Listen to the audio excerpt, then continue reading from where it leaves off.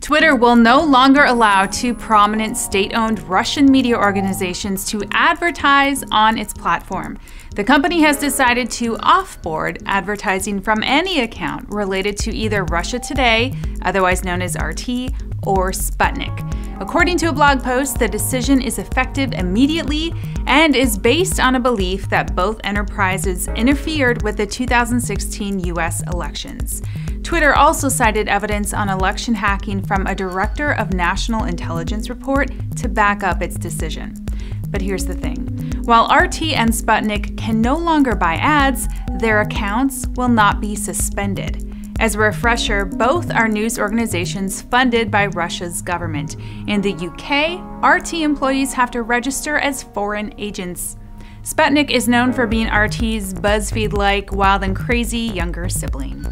This all gets interesting because Twitter says it will take the $1.9 million it says those accounts have spent on its site since about 2011 and donate it to researchers who focus on preventing future election hacking. The Bluebird says it'll give more details on where that money goes in the future. Remember, this news comes just days after Twitter said it would ID all politically motivated advertising beginning this week, coming through a newly launched Transparency Center.